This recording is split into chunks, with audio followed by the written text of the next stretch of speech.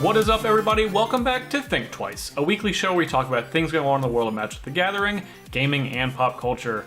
As always, for episode 22, I'm your host, Justin Parnell, joined by my co-host, Ali Aintrazi, and this week, we're going to be talking about Pauper in Magic, MTGFinance, and the new updates to PokemonGo.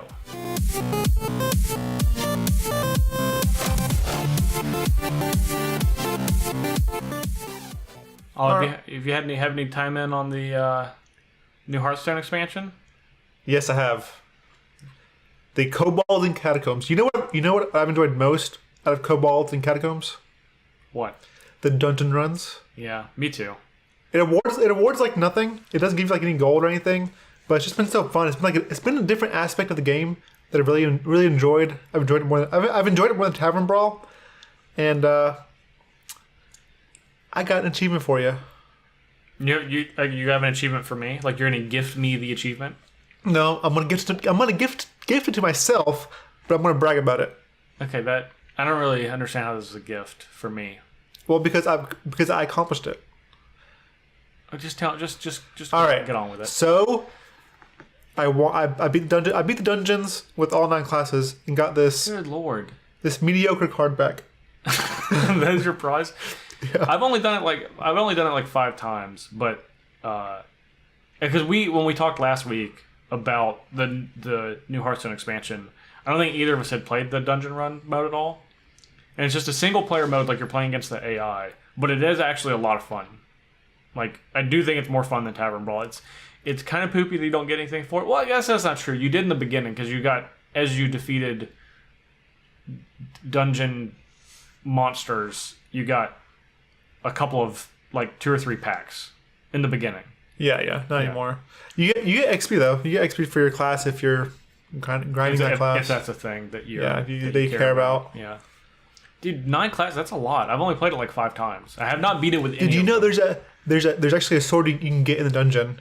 It's called Keldar, but like you have to get the first part, which all it does is like give a creature +3. It gives a creature +3/+3 for one resource, and then the other part is it's a weapon. It's a 3/3 weapon for one resource. Okay.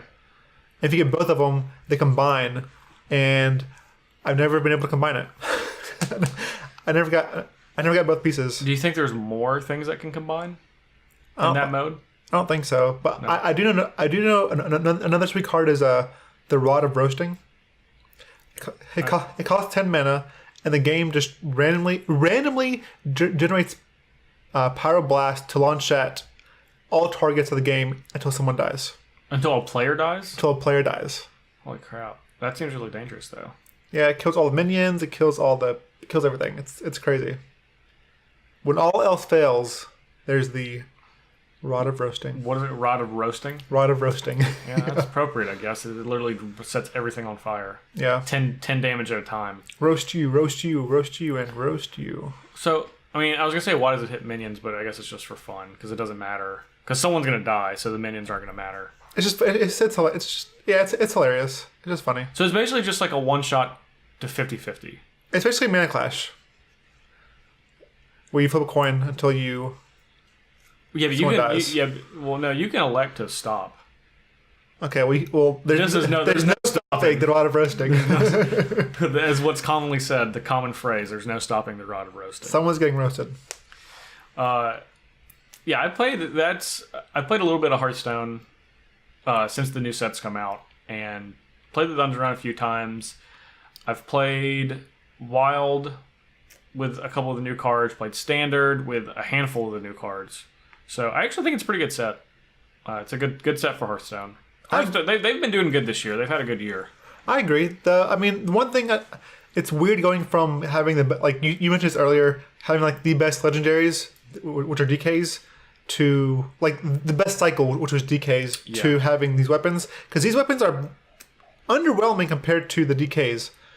The only one that's actually I think tier 1 that's actually really, really good is we both said Kingsbane. Yeah. Which is the case still. Yeah, the Death Knights are all really powerful and they continue to be. And the only weapon that I have lost to, actually lost to the weapon itself, is Kingsbane for sure. And speaking of legendary weapons, last week we had a question of the week was if the legendary hunter weapon would see tier 1 play. Or become tier 1. Rock-Dalar. Yes. Rock-Dalar. Rock-Dalar. Rock-Dalar. I said yes. You said no.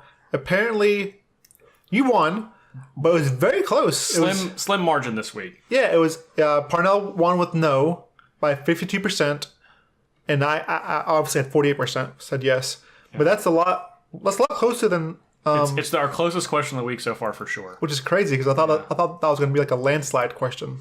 Well, I mean, and honestly, and I obviously voted no, and I still feel like no, but I've played the minionless hunter deck with Rock-Dalar 3 times, and I'm 1 and 2 against it. So there you go. I mean, there's something to it. Proof. Something to it. Maybe we'll see. I think it's on its way. I'll say this: I still don't think it is, but I hope that I'm wrong, because I think that would be a fun archetype for hunter, which has kind of had to struggle finding its way since they made Call the Wild cost 9 mana. Yeah. Like before then, you had a solid mid-range hunter, and then it went from 8 to 9, and then it's just not really been played much since. So, and I like hunter, so I do hope that it's not poop. I just think that it is. So, I do think eventually it'll be a thing in a wild at least.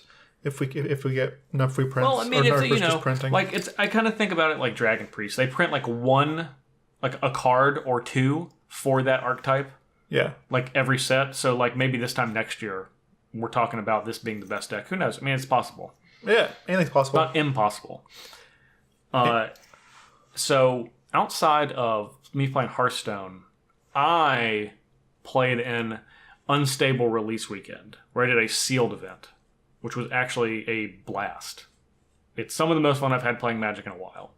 Wow, that's a big statement coming from you. I know. Well, it was just fun. Like there wasn't a lot on the line. It was just like sealed deck, 6 packs. Everyone got 2 extra packs at the end. So it didn't matter if you won or you lost. So it was just for fun. And I had a combination in my deck of Dog Snail Engine, which I'm sure you are very familiar with exactly what that card does, and an Infinity Elemental.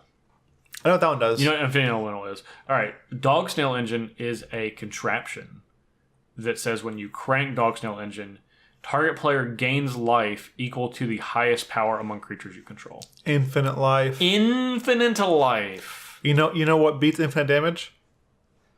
Infinite life. Infinite life. Yeah. Because according to Mark Rosewater, infinite life, if you take infinite damage, you're still infinite. I think you should be at 0, but that's... No, it's not. It's also mathematics too. Infinity minus infinity is infinity. I don't think that's true. It's true. I don't think... Question of... This is not question of the week. This is not question of the week at all. However, you're more than welcome to tell Ali that he's wrong. But you know what? It doesn't matter, because in Magic, he is right. I'm always right. So, well, you weren't last week for the question of the week. All right. Well... What about you? What else did you do other than Hearthstone? Outside of Hearthstone, I got my Twitch affiliate, so now I have my subscription button. Thank you. So for all of you that have Amazon Prime, make sure you go over to my channel. I have Amazon Prime. And subscribe to me. Support your favorite Ali Aintrazi. Ooh. So if there's another Ali Aintrazi, I have to pick between you and the other one? Yep. That's tough. I know. That's tough. I know, but I'm counting on you, Parnell. Don't let me down, Bruce. Don't let me down. Bruce is down here somewhere. Your little pupper Bruce. He is. Yeah, you were saying on Twitter that you wanted Bruce to be your subscription button. Yeah, him howling, because we are my followers and now my subscribers will be the pack. So anytime in a stream, I end it with a howl. Bruce and I will howl together on the stream. It's kind of funny and cool. I like that. I said that I think Bruce should be enjoying his favorite snack as your icon, which is couscous, as everyone knows. Couscous. No, maybe that'll be my second one. But this way, when someone follows, people can just spam the "oh" emote, which is with Bruce. I didn't even know that was a thing. But it's a thing. There it is, Bruce. Well, thanks for watching my Twitch channel. Well, you're welcome. I was watching that other Ali Aintrazi. Maybe I got confused. Oh, is that it was? Okay, so have you ever streamed? Pauper on Magic Online? I have not. Well, Ollie, that's a format that's getting a lot of conversation in social media around now. So maybe if you were to stream that, I would give it a watch instead of the other Ali Aintrazi. Maybe when MTG Arena comes out, I'll stream some Pauper. If it's or just some Magic. If it's available. Okay. Speaking of Pauper, though, that is our first topic of the day. So we are going to be right back with a chat about Pauper.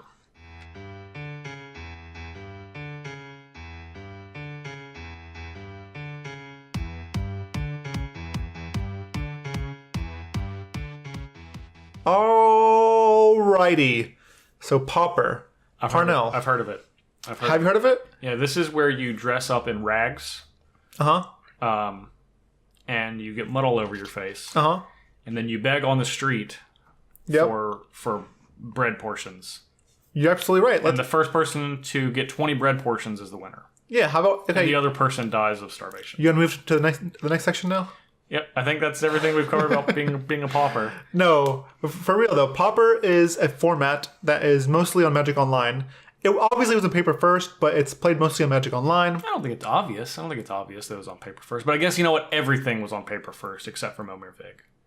Correct. Except for the card Momir Vig, which was also on paper first. That's true. Okay. That's very true. All right. So, Pauper is a format where you can play only commons. You can't play uncommons. You can't play rares, mythics, whatever. And the rule for that is, like, let's say Lightning Bolt was printed 3 times. One time was a rare, second time was a rare, third time was a common. Since it was printed as a common at least one time, that means it is legal in the Pauper format. So it's a lot of cards that have been printed at common once, at least. Well, I guess more particularly, a lot of cards that have been printed at rarities higher than common frequently and one time at common. Yeah. Yeah, like obviously Pauper cards are like... Lightning Bolt. Mole Drifter. Yeah, that's a good one.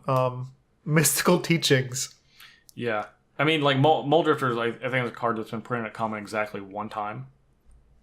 And all its other supplemental printings, it's been an uncommon. Yeah. I don't even know. Did you know Exhibition Map is actually a common? Yeah.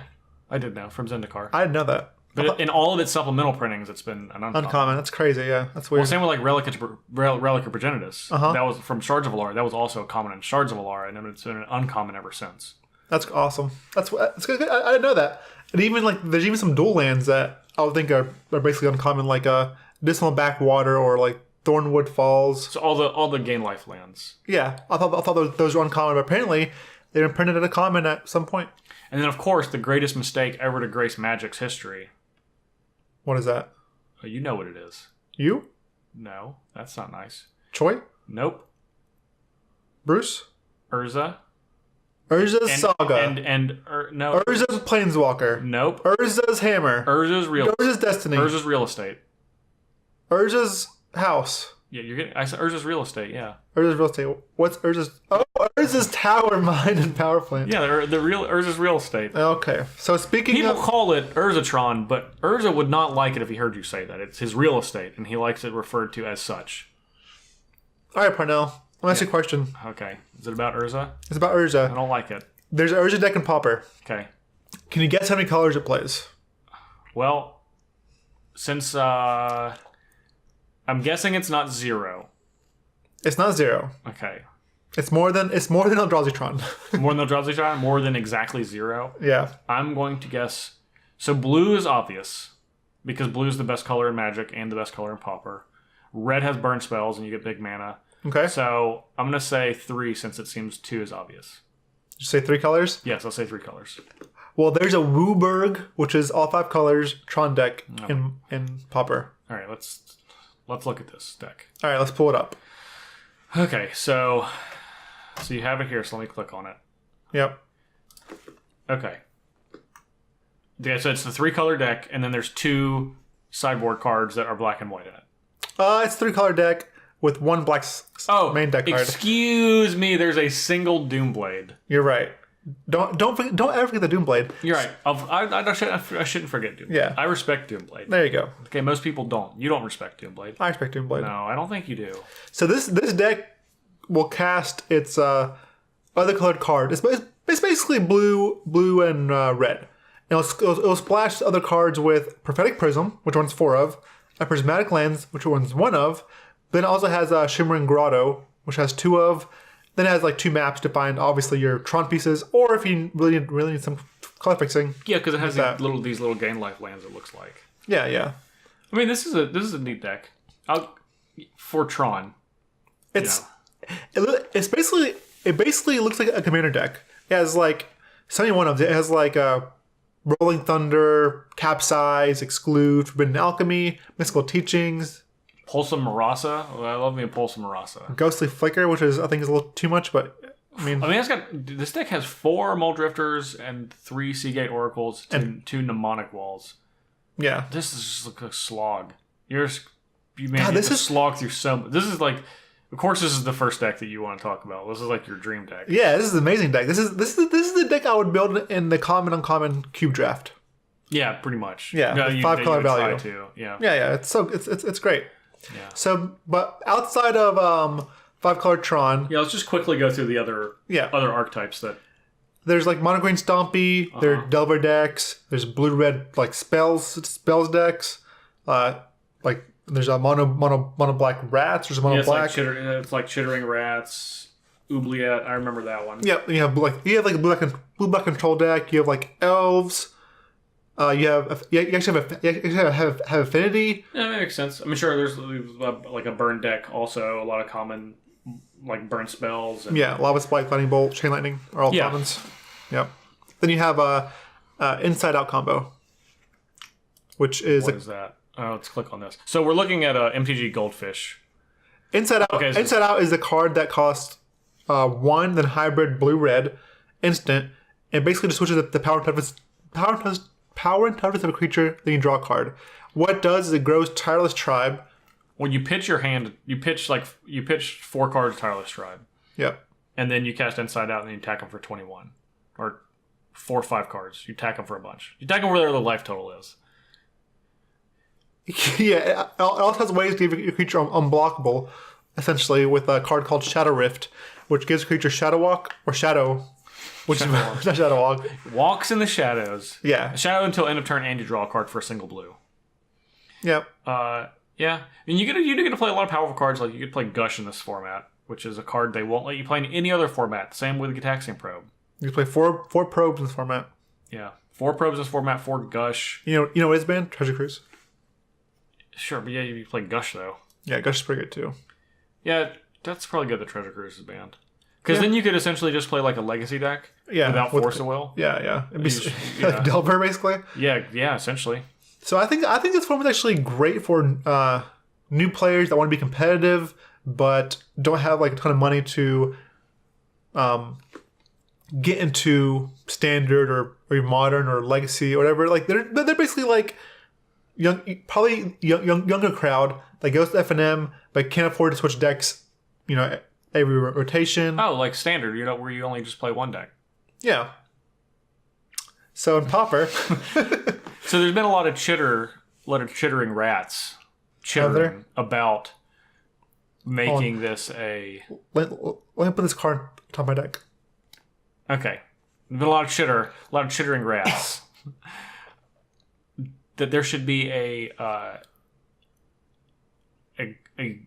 literally can't. A paper. There should be a paper Pauper tournament. Basically, a Pauper Grand Prix, or essentially a Pauper Grand Prix, or a Pauper Star City Games tour. Yeah.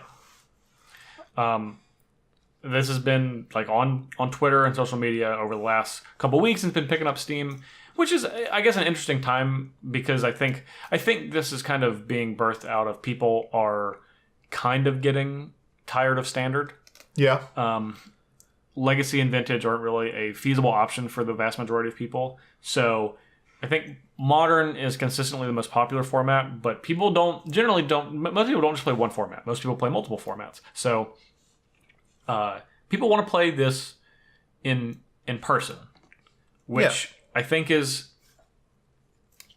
it's an interesting thought experiment, more so than I think it would be something that's successful. But that's just my personal opinion. The Magic Online is the primary place where Pauper's played, right? And I think there's a reason for that. So you play Magic Online some. What does a basic common cost on Magic Online? Like nothing. Like a fractions of a penny? Yeah, fractions of a penny. Okay. How much does a common cost in real life? 15 cents. Yeah. Now, obviously that's it's basically like 100 times more in real life. Now, it's not like way more because it's still nothing. It's still not nothing, but I mean, compared to every other Magic format, it's still really cheap. Yes. But the fact that we don't have that this isn't a Wizards of the Coast sanctioned format means that you can't necessarily just like walk into a shop and be playing the same Pauper format as everyone else, because in Magic Online there's even commons that exist that have not been printed in that rarity in real life, in paper, I guess. Yes. Yeah. I think that can be confusing, which I don't think is a huge hurdle. I mean, they could just export the Magic Online ban list. That way, like, it can be continuous on Magic Online and in paper, so that way people can essentially play on Magic Online and in a paper, and it would be the same. Like, I think you need to have a common ban list. You can't have a ban list that's different on Magic Online and different in paper.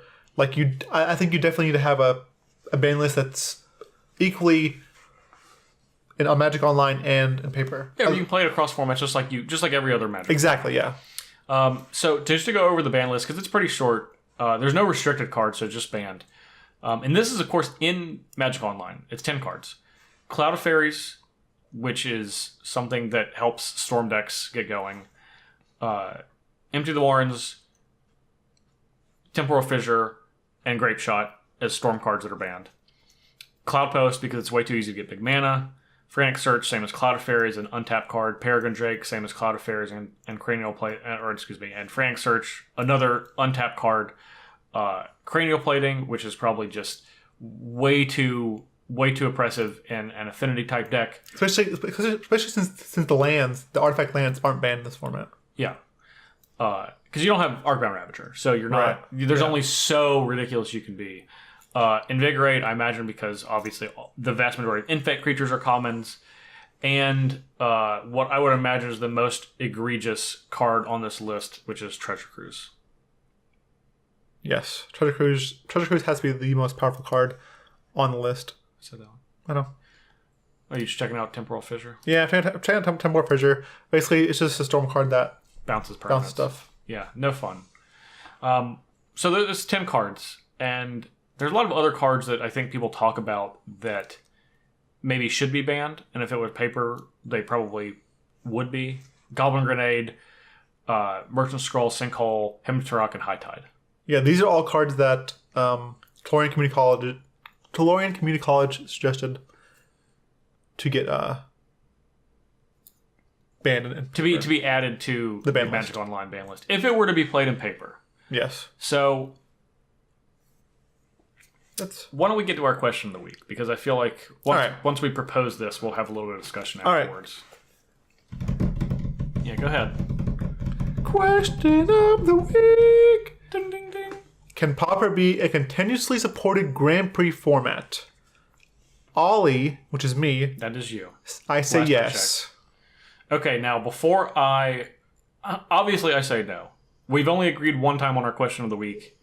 And this is not one where we agree. So I'm going to let you make your case first before I vehemently disagree. Before you disembowel it? Yeah. Before you dismember my... I can't do... No, disembowel I can do. That's a common. Dismember is not common. Okay, there you go. I like that. Okay, so I think Pauper can be a continuously supported Grand Prix format because you have to appeal to the players, right? Like if players want... If Pauper gets a bunch of people out coming out to play and enjoying tournaments, paying for entry fees, and just enjoying themselves, or just gives more people access to playing competitive Magic, I don't see the reason why you wouldn't try this. And I think that's what they'll do. Maybe they'll try it one time, see how popular it is, or how it goes. And if it goes well, then I think it can definitely be a supported Grand Prix format. Okay, you closing your case? Can I take the stand? Yeah. Are you gonna try to tear me down, or are you gonna take a stand? That's up to you. That's how strong is your constitution? Make your case first before you tear me down. Okay.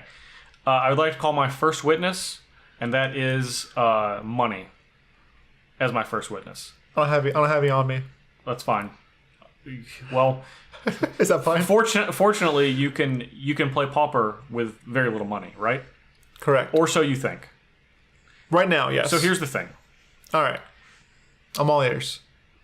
Magic cards are expensive for 3 reasons.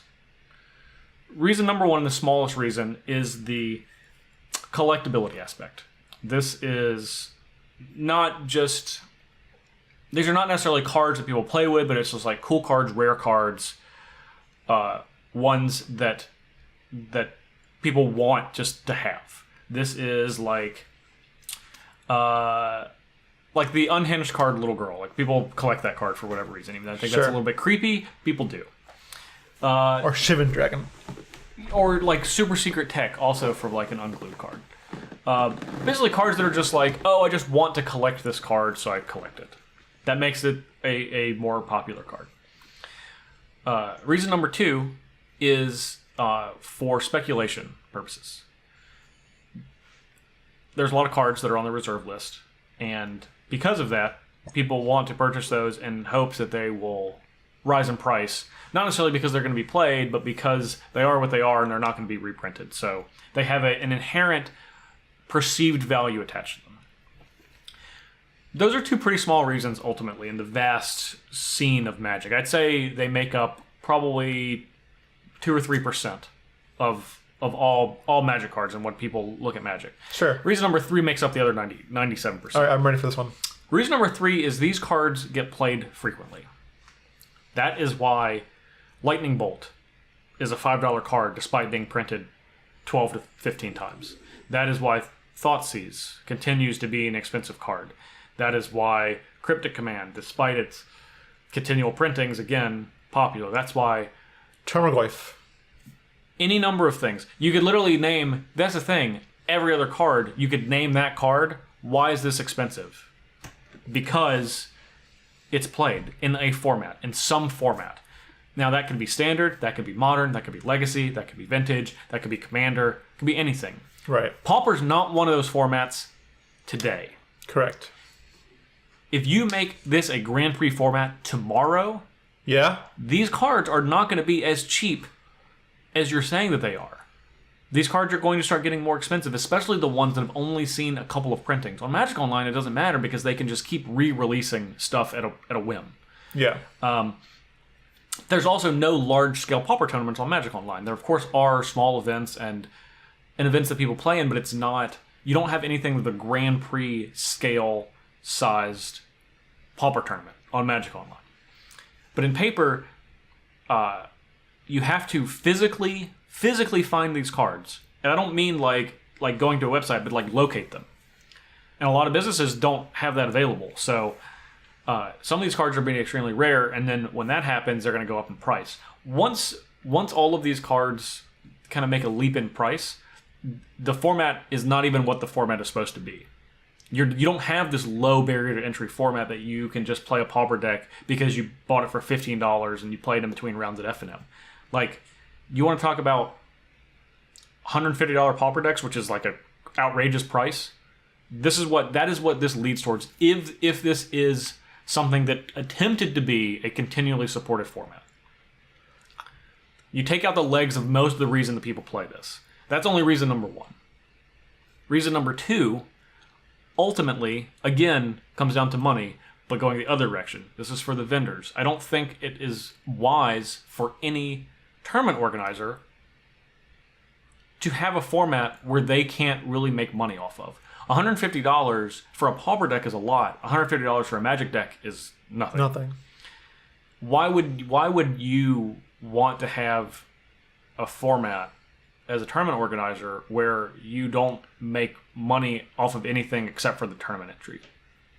If you have your vendors coming to an event, if I'm a Grand Prix organizer and I have a Pauper format, it's going to be a tough sell for me to get 14, 15, 16, 17 other vendors that want to come and sell these commons that are ultimately worth very little. And even if they go up, even if we're talking about what's a card that we said earlier, the flashback card, Mystical Teachings. Mystical Teachings, perfect example. Like, okay, Mystical Teachings worth like nothing now, but if it's worth like $2, it's like, okay, yeah, you're going to sell a bunch of Mystical Teachings for $2. But that's like one of the most expensive cards in the format. And you might sell a lot of those, kind of, but how many of those do you have? How many Mystical Teachings do you have? Those are not cards you buy. These aren't cards you have on your buy list, so it's difficult for you to get them as a tournament organizer, which means it's difficult for you to sell them as a tournament organizer. Your profits are significantly limited, and of course, even though we want to be about fun, this is the reason that Magic exists is money. And the reason that these tournament organizers run tournaments is money. Pauper, financially, not viable. All right, Parnell had to go all dad mode on us. But I think if the players... Wizards has proven they will appeal to players in some way or form. I think if the players like it and attendance is big enough, they'll find out a way to make Pauper a continuous format, a Grand Prix format, if it's enjoyed and attendance is high enough. I think attendance would have to be outrageously high. One, like incredibly high. We're talking like multiple tournaments over 2,000 players, which I do not think it's going to happen. One, let's pretend that the prices for the decks are going to stay low. Let's just say that they are. Okay. You're asking for people to go from spending $4 for a Pauper deck online to spending $85 for a Grand Prix entry, however much for a flight and hotel and travel. And yeah, but so many locals sometimes just want to go to a Grand Prix and play. Yeah, the locals, that's fine. Yeah, but I mean, I think Pauper could be picked up at your F&M or your local tournaments and sure, but that's not the question of the week. It's not, but I do think Pauper can be a continuously supported GP format if there's enough form for it. I think if the stars align, you could have one, and then I don't think it happens ever again. I think the most you're going to get out of this is one. You know what? I think you're wrong. You obviously think I'm wrong. I definitely think that you're wrong. All right, so Parnell's wrong. So we're going to go ahead and cast it onto your ear holes. Yeah. Can Pauper be a continuously supported Grand Prix format? Ollie says yes. Justin says no. It's pretty simple, folks. Yeah, tell Justin he's wrong. And you can let us know at Ali Aintrazi on Twitter, at jparnell1 on Twitter, and of course at Thinktwice MTG on Twitter. Let us know question of the week. We will get that up as soon as this episode is public for all earballs to listen. Oh yeah. Okay, so now we're going to be moving into we touched on it a little bit on this segment, but a topic I am familiar with and Ollie is familiar with too. But we're going to be talking a little bit about MTGFinance. We'll be back in just a minute.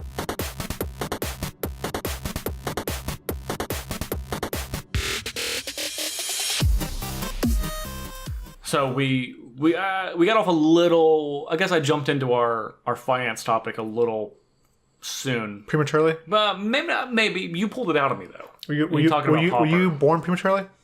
No, I was way late. Oh, were you? I was super late. That explains it. Yeah. Wait, what does that explain? Explains your face. Well, my face because I came out late. My mother had to have a C-section. I was a miracle child. Oh man, but your face looks so old now. Like now I understand why you're so old. Why they say about old soul? Because you were born late. Maybe my soul might be old, but my face is a very young 31.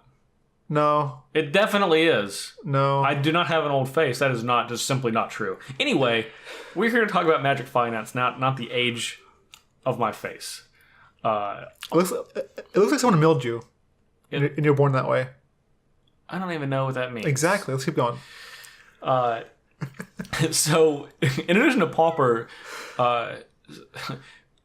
price of cards in general is always a topic that people talk about. And whether a lot of you guys know or not, Unstable is going to be making some interesting waves happen in MTGFinance. Would you say the waves would be Are you drum rolling yourself? Unstable? Yes, the wave would be unstable. As God, that's generally how waves do. God, just to give everyone like a little backstory. I'm as I've said before on the podcast, I'm sure most of you know, I'm the acquisitions department manager at StarCityGames.com. So the financial side of Magic is a part of my job. So this is something that I think about, talk about on an everyday basis. Do you dream about it? Unfortunately, yes. I wish I didn't. Have you had a dream? So you have multiple dreams? I've had multiple dreams, not like a lot, but I've had like at least 3 or 4 like magic money related dreams. You know who thinks about money? Old people. All right, keep going. Well, that's because young people don't. They're foolish. You should be. If you're young and you're listening to this, money's important. Don't just pretend it's not. Anyway, we'll keep going. It was announced earlier this week that, announced is a strong word, but news made its way from Wizards of the Coast to the distributors that distribute sealed product to, like secondary market resellers, Star City Games, Channel Fireball, Troll and Toad, ABU Games, etc. But people that sell sealed product, even your LGS would be a secondary market person. There does not appear that there's going to be a second print run on Unstable. I mean, you gasp jokingly, but this is actually going to be kind of big. Oh, I know. I actually believe it, because we talked about how unstable cards were legal. How I wish they were legal in Commander and casual format and Cube. And the thing is, like, they actually did that. They made them legal for a set time. Mm-hmm. But the problem is now people get attached to them, or people in the future want to buy these, Spike Tournament Grinder or whatever you want to, whatever. Very Cryptic Command 1 through 6. Yeah, especially those have to be like super rare. Yeah, they are. They are actually. But I mean, it's not just that. Like, these lands appear to be the basic lands, the ones that appear in every pack, appear to be the most popular of the full art basic lands that have existed so far ever. That's awesome and crazy. It is crazy. Now, I mean, they do look great. Yeah. But the price continues to go up. The foil price of these is getting like super crazy. What's super crazy? Define super crazy first, Parnell. Well, the set came out last week. Literally, as of today, a week ago. Right. And foil islands are $100.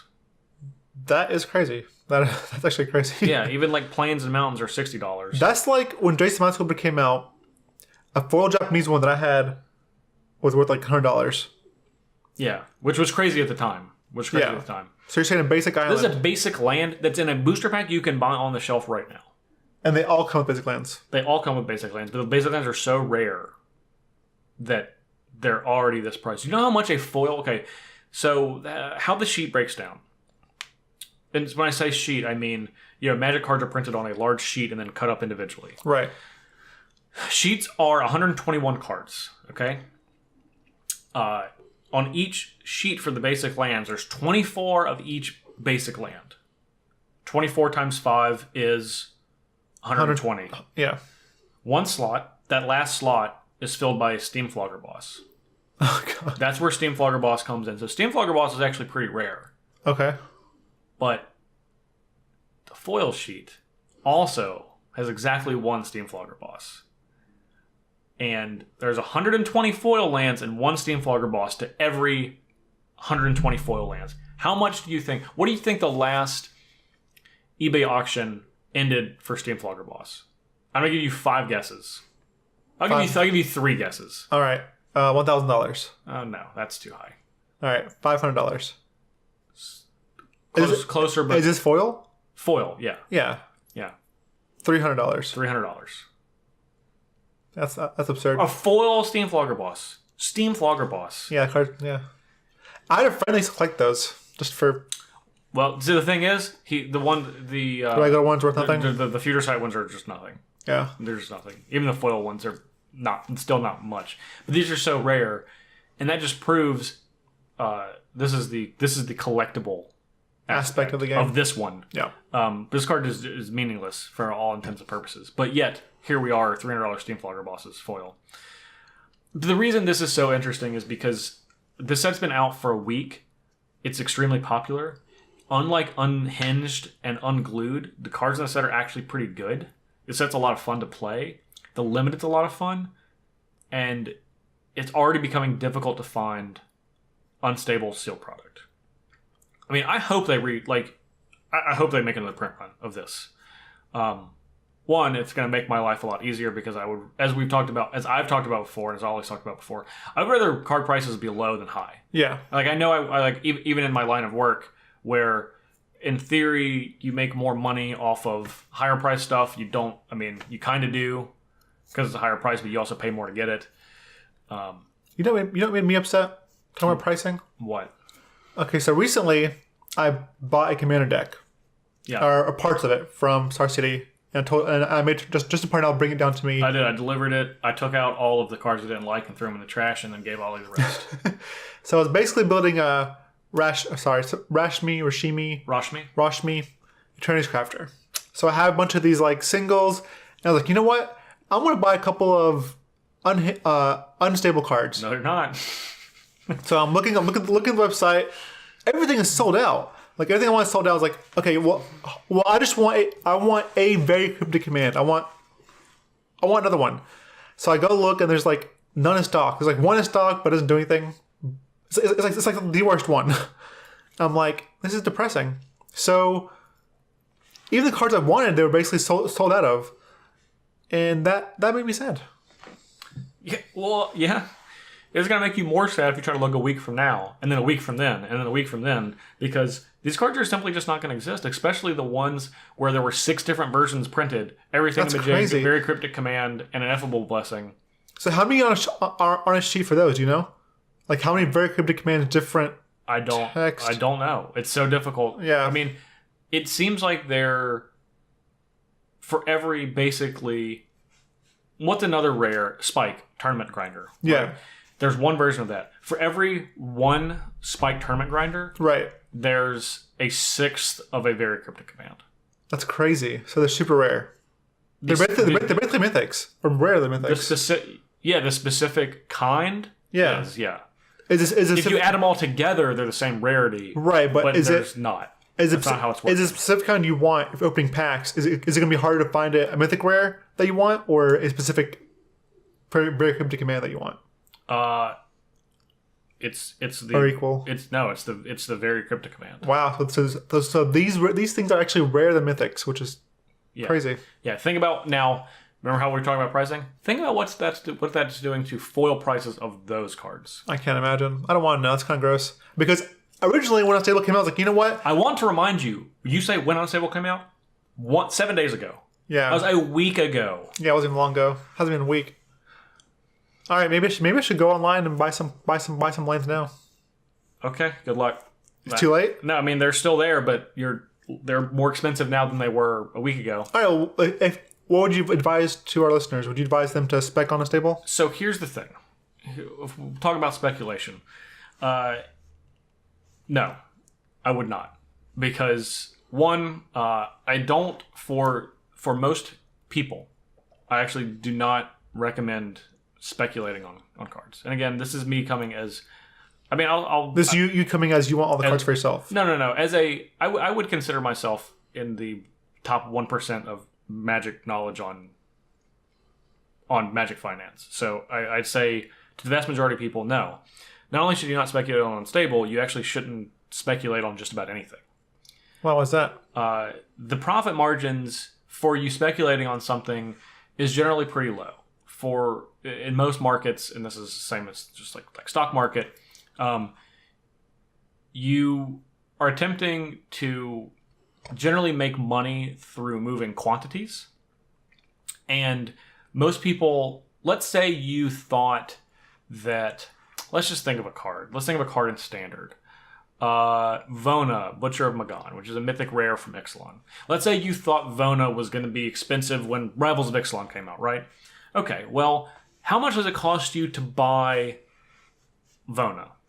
So what's Vona? $4? We'll say $4. Sure, $4. Right now.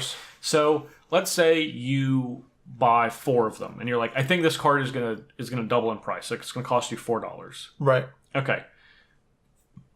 Rivals of Ixalan comes out, Vona doubles in price, just like you thought. What are your moves?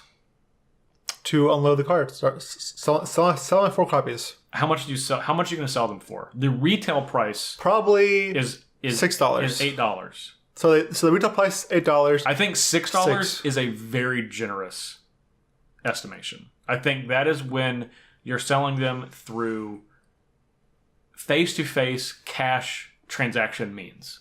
I think $6 is the most you can get. What if it's let's say it's $6 on eBay, right? Yeah. Okay, is that with free shipping? Are you paying eBay fees? You're basically selling it for $4 at that point. We'll say $5. $5. Let's say $5. Let's say $5. All right, $5. So you're making $1. So you've made $4. Cha-ching. How many times do you think you have to purchase a Vona at $4 and then resell it at $6 when the retail price is $5? Because if you're not a big box retailer, you're not going to be able to sell it for $8. Right. You're not going to be able to sell it for the $8 that Star City Games, Channel Fireball are selling it for. Right. $6, I just think, is reasonable because you want to make sure you can sell it. Because obviously, if you're listing on eBay, the longer you list it, the more times you relist it, you're going to make less money. The only part is even if you bought, like, let's say, so you buy 4, you make $1 each. Yeah. Even if you buy 400, listing 400 things on eBay is the more that annoying. That's the thing. The more that you have, the harder it is to get rid of all of them. Yes. And with speculation, you both have to identify the exact time to purchase and the exact time to sell. Those things are a lot more difficult than people think because usually those windows are pretty small. And I'm not talking about like hours small, but even days. It's a lot easier to buy 400 things in the course of a 3-day span than it is to sell 400 things in the case of a 3-day span. Well, of course, I think it's easier to buy rather than sell. I think what ends up happening, a lot of people spec on cards and they just sit on them forever. And that's what happens. Like it's so easy to buy 40 of whatever card. Let's say Living Wish. Let's say you bought 40 Living Wishes because you saw Legacies win a Legacy tournament with Living Wish. Great example. So you buy 40 of them, and then you sit on them. But how long do you sit on them? Like, are you tracking every day the price up and down of Living Wish? Like, what is that time worth to you? Is this a part of your everyday function? Because if it's not, this time is valuable. Yeah, absolutely. Because as a person, your time is valuable. Whether you're choosing to use that time to make other money by working, or if this is just something a hobby to you, you're still using that time. So what is your time worth? And then ultimately, how much are you ultimately going to make off of that? The thing about specs is most people don't have the money to invest in things they can speculate on a large scale. So even when you do speculate and you hit correctly, you buy it at the right time, you sell at the right time, you make money off of it. It's such a small amount because you're not able to afford, you can't buy 120 copies of Living Wish. Like, most people just don't have the money to do that. Like, it almost doesn't matter how much Living Wish is, but, like, is that your one thing that you're wanting to put your money in? Because your money's not, it's not money against other cards, it's money against everything else you could be spending money on in your life.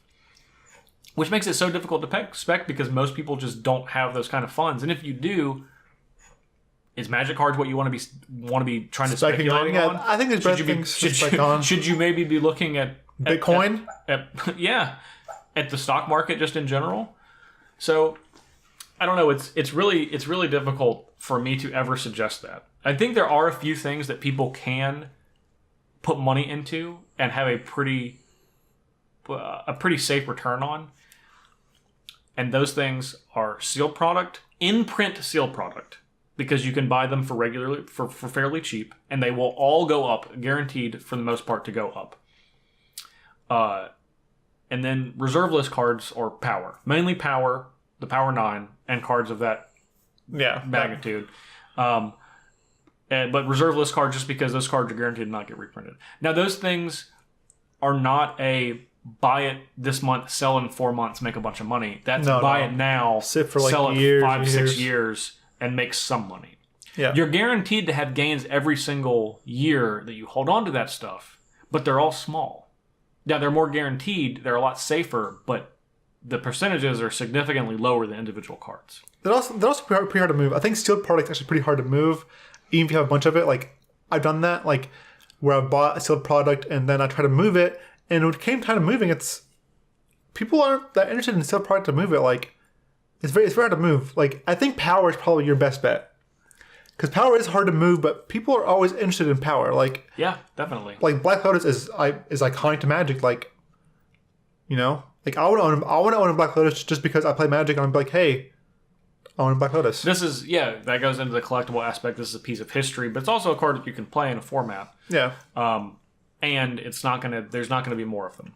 Right. So, you know, I think Magic Finance is a really interesting topic because it touches so many areas. And this is just, you know, I'm just sitting here talking mainly about unstable and just speculation in general. But you have to treat every format of Magic differently, every card slightly differently. How many times has a card been reprinted? What's the likelihood it's going to be reprinted again soon? For example, like, does it have a mechanic that makes it difficult to reprint? Is it like a set specific mechanic? Like all the energy cards, like Aetherworks Marvel. That's a card that's not a high chance to get reprinted. One, because it's banned, and two, it has a mechanic on it that's not going to show up in a lot of other things. And this is just like, I could literally talk about every single card in Magic for 10 to 15 minutes. Even something like Worm Harvest, or just some like Retrace. Yeah, exactly. It's another good example. Just very, very obscure mechanics that are just strange and basically obscure. Yeah. And this is a topic I actually want to come back to so in March, the Masters 25 is going to be coming out. And I think that set's going to have it's going to have all reprints, obviously, but it's going to have an effect on Magic Finance, not just because it's a master set, but because we'll have enough data now, 5 years worth of data, to say how frequently do we think cards are going to get reprinted? What is that going to do long term to the price of Magic cards and the price of formats, which is something that reaches all the way from Pauper, as we talked about, to even something like Legacy. Right. So, like we said, this is a topic I'm certainly interested to come back to. If you guys like hearing about us talk about financial stuff and prices of Magic cards and such, that's something, like I said, that's something I talk about literally every single day of my life. And I don't mind sharing some of my thoughts with you guys on the show. So let us know at JParnell1 on Twitter, at Ali Aintrazi on Twitter, at Thinktwice MTG on Twitter. Let us know what you guys think. But we are going to jump out for a moment, and when we return, we're going to be talking about the new updates on one of our favorite games, Pokemon Go.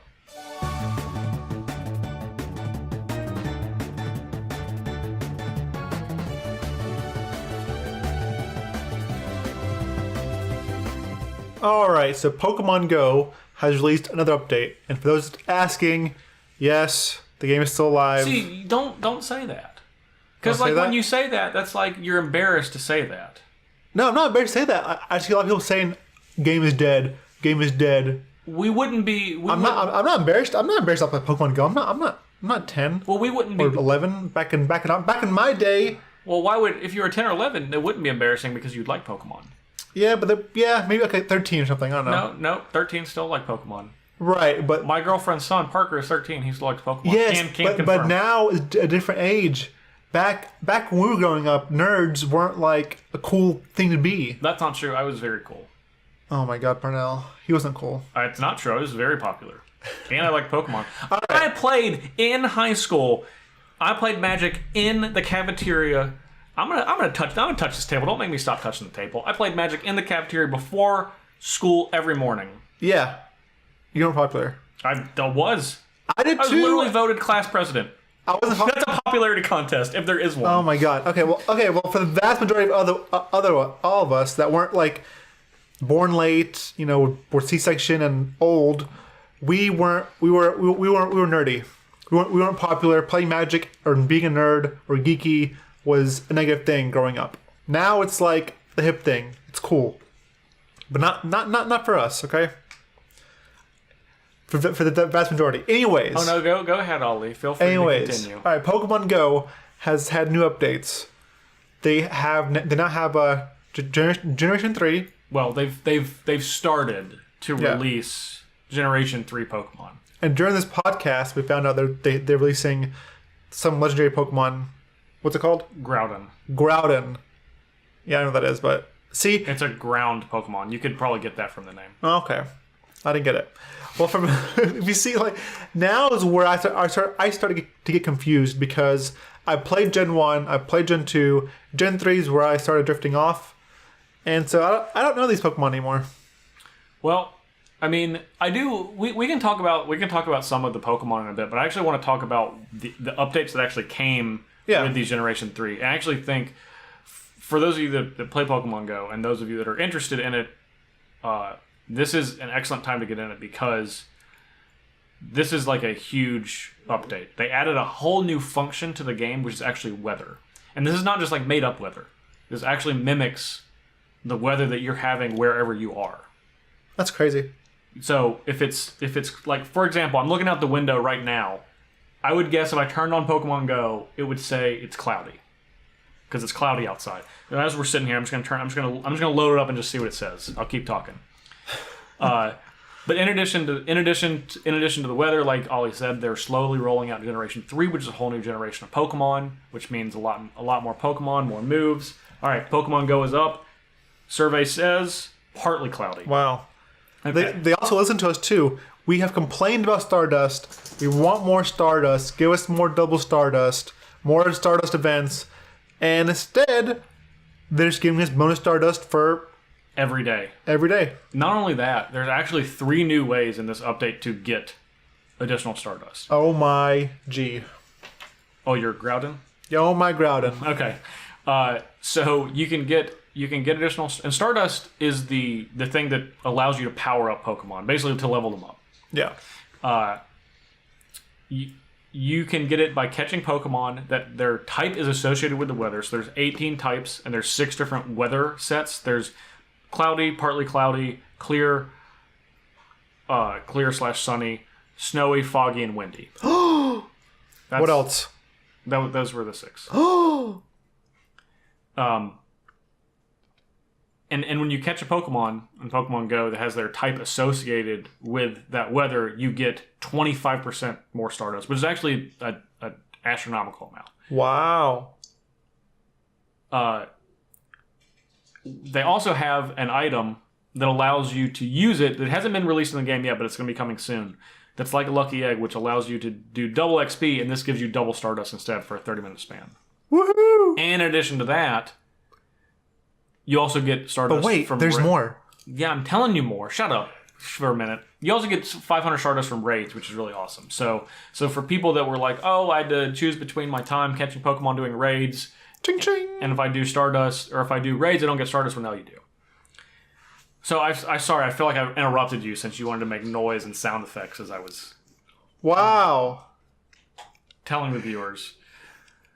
Listeners, I say that every time. No, I just want to be the sound effect person and be like, oh. Yeah, you did that. I heard. Yeah, I'm basically right here. the keyboard. Yeah. Thing. Anyway, so in Generation 3, in the regular Pokemon games, they also introduced abilities in the game that each Pokemon could have. And that's a really important part of that generation of Pokemon, and they're not in the game yet. And I think the reason they're doing a slow rollout is because abilities are important. They potentially are gonna be adding them in the future. Which ones do you think are important? All of them? Well, no, some Pokemon have abilities that are important to how they operate. Actually, Groudon, which is a legendary Pokemon, one of his abilities is it always makes it sunny out when he's battling. Oh. So that means he always gets like a bonus for his moves. Like, his moves are always more powerful. Did weather start in Gen 3? It did. So when did breeding start? Gen 2. Oh, we don't have that yet. No, we don't, but they allowed to have baby Pokemon. I think that's a little trickier in Pokemon Okay, sure. Okay. But, I mean, this is a really awesome update. All the weathers look really cool. A lot of the new Pokemon are really cool. They have actually a couple of my favorite ones in this generation. And if you're just starting, it's really easy to level up and get good Pokemon now. Whereas when we started, like when the game first came out, that was not something. No, that was easy. I also heard that Gen 3, any of these Pokemon can be shiny. Like you have a chance of any Gen 3 Pokemon to be shiny. Is that true or not? Yes. So far, they've not all been caught, but I believe they all have. They're in the game. Form? In the game code is the shiny form of all of the ones that have been released so far. They're just rare, basically. Yeah, they're just rare. That's crazy. That's cool. So we have weather. We have Stardust bonuses from the weather. We have shinies. We have new Pokemon. Yeah, and the new Pokemon's obviously the most exciting part. I think it's actually weather. I think weather's actually more exciting than new Pokemon. I mean, and it sounds weird, but like my girlfriend Meredith plays Pokemon Go with me. Yeah. And like we were talking about, like we were excited about the new Pokemon, but like once we played last weekend, the weather actually has some pretty dramatic effects. Not only does it allow you to, if you catch a Pokemon whose type is associated with the weather, not only does it allow you to get extra Stardust, the Pokemon whose type are associated with the weather have a chance to be stronger, which means they have better stats and higher level. They appear more frequently, and their moves are powered up when you battle with them. Yeah, that's sweet too. So I've actually caught, in a very short period of time, a lot of like basically high level, high stat, or IVs in the game as they're called, Pokemon that I've not seen previously, which has been really awesome. So it's a lot easier to catch those, especially if you're following the weather patterns. You can really pay attention to that. I think it's really great for people that have a certain like biomes and then seeing different biomes, quote unquote biomes, as weather changes. Like some people can't get water Pokemon or whatever because it's hard to find a water biome. But when it's raining or there's a storm, there's gonna be water Pokemon everywhere. Exactly.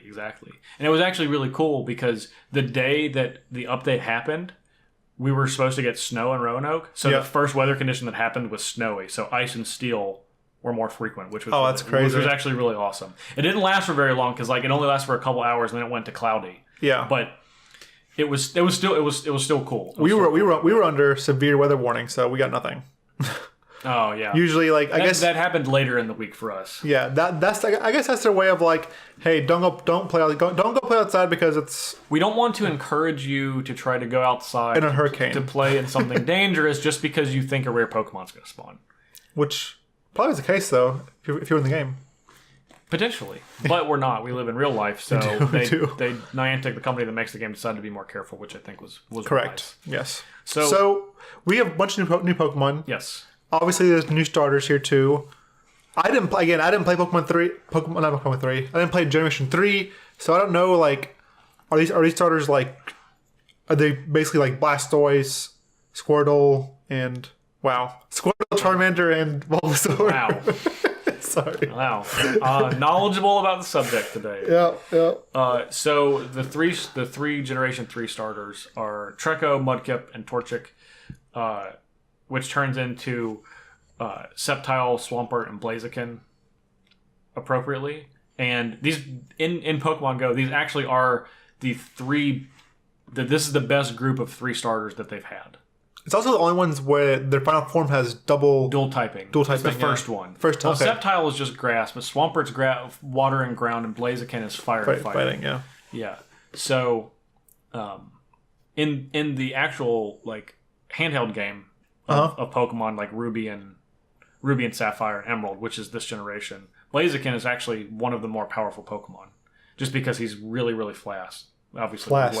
He has a flask with him, and he beats his opponent over the head. That's why he's so good. He's not even drunk; he just has it with him. Yeah.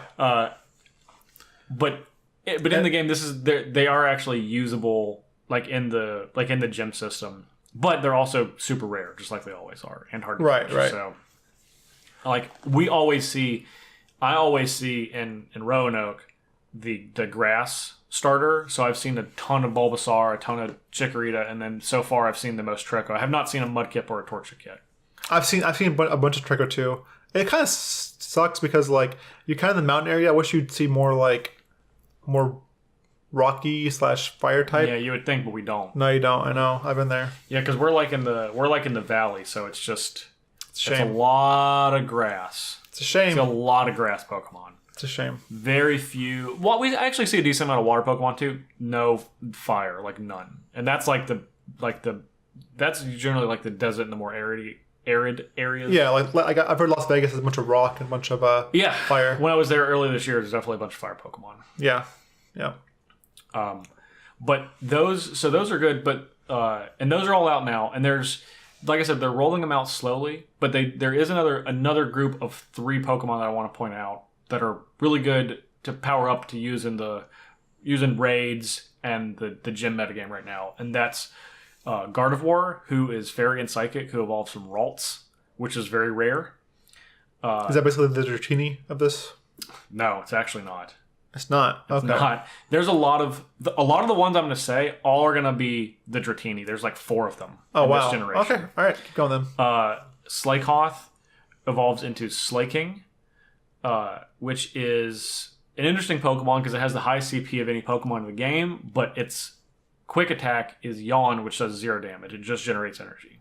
Now, when it hits you with your charge attack, it's like a 1-hit KO. Yeah. In most cases, but so it's interesting. I do want to get one just to like try it out.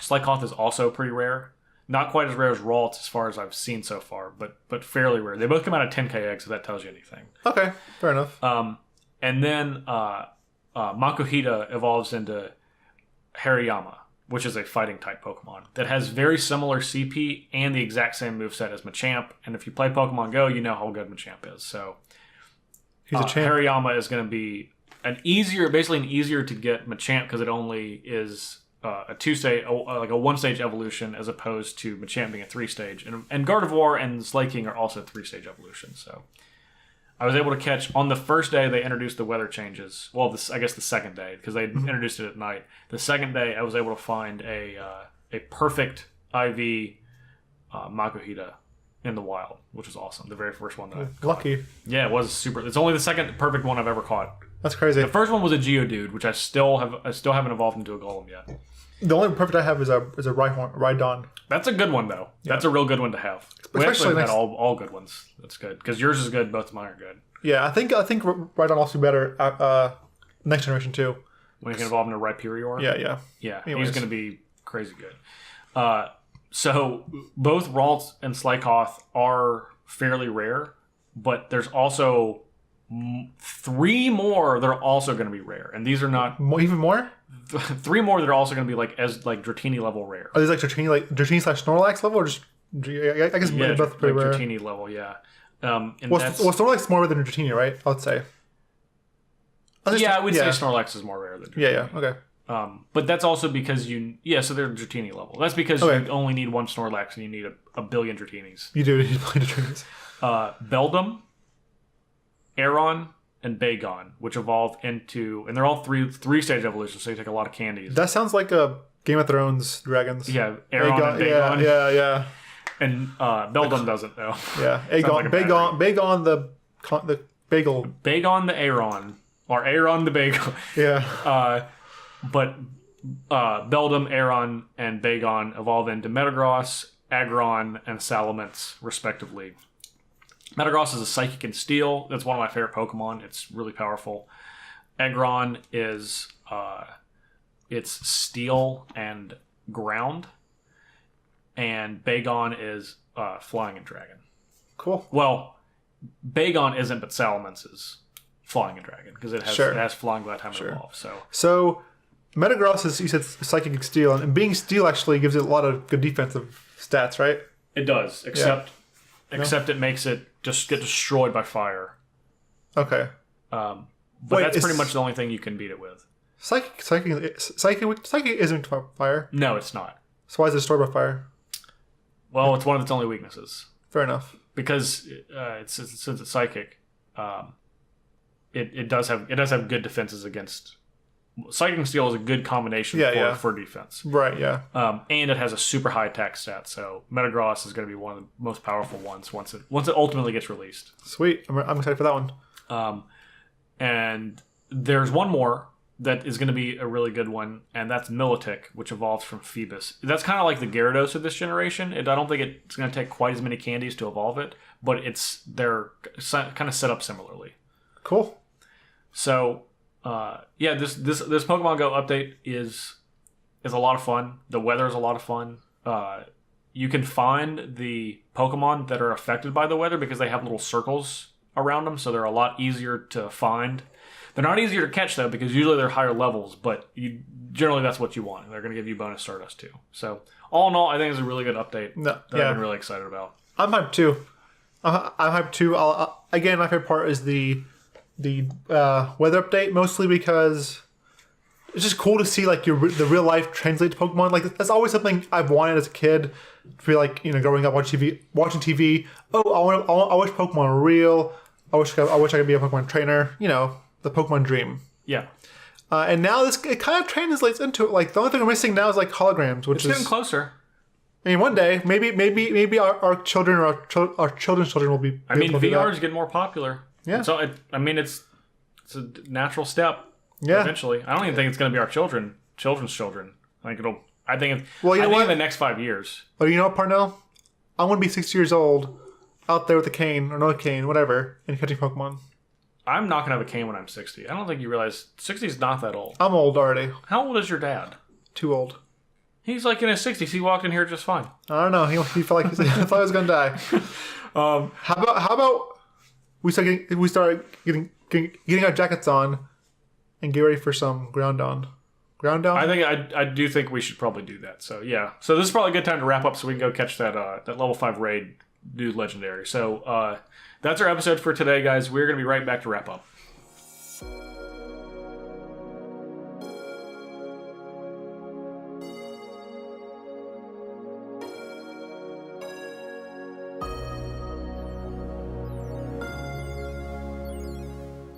So normally this is the point in the show where I say, Ollie, what are you going to be doing next week? But I'm here with you now in Charlotte. Yes. Where you live. So you want to say Roanoke?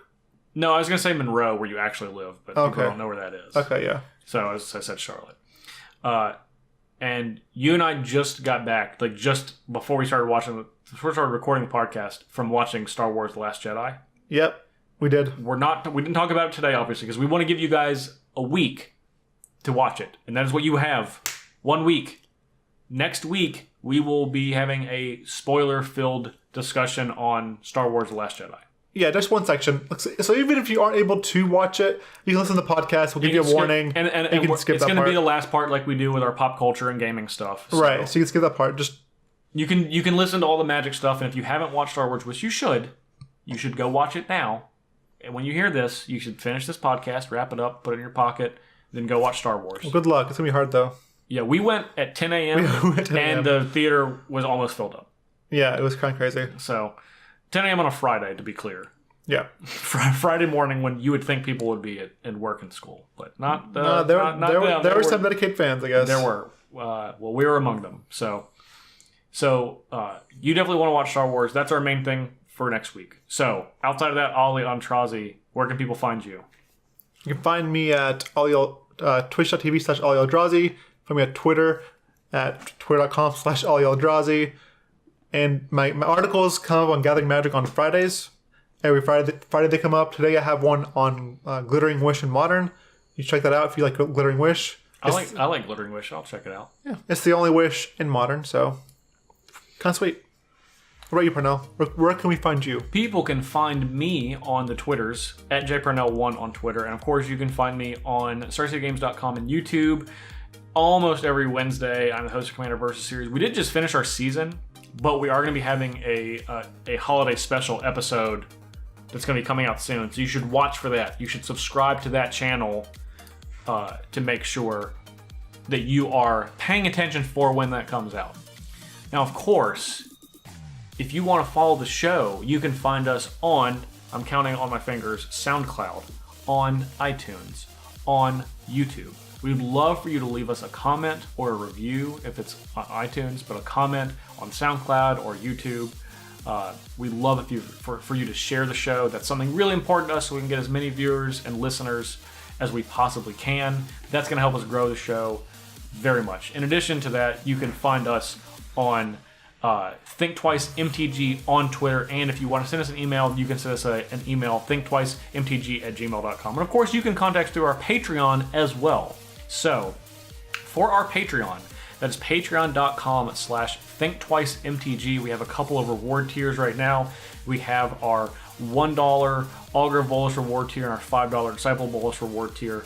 The $1 tier allows you early access to the show, and you currently get a Commander deck list from me every week. And our $5 tier allows you to participate in polls, give us a little more personal feedback on the show, kind of help shape the show, and you will get more exclusive articles and blog posts from Ali, and then a couple more from me every once in a while.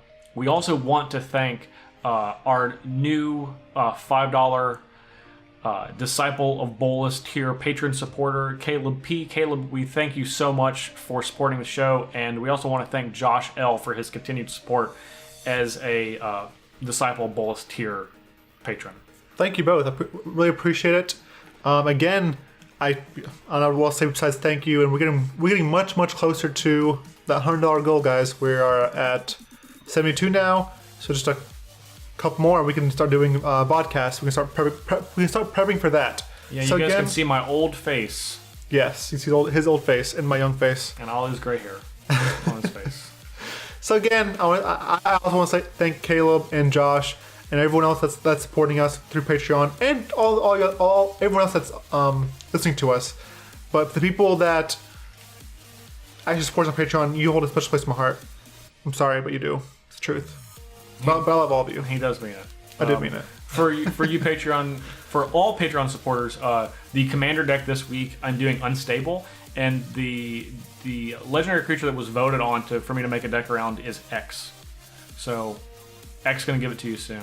X going to give it to you. It is. It's going to give it to you in the form of a deck list. Getting in your opponent's hands and having all sorts of shenanigans. That'll be coming up probably about the time this podcast, you hear it in your earballs. So, Ali, as you know, we cannot do this without our director and producer, John Che, and our graphic designer, Amber West. We want to thank them very much. And Ali, I want to thank you.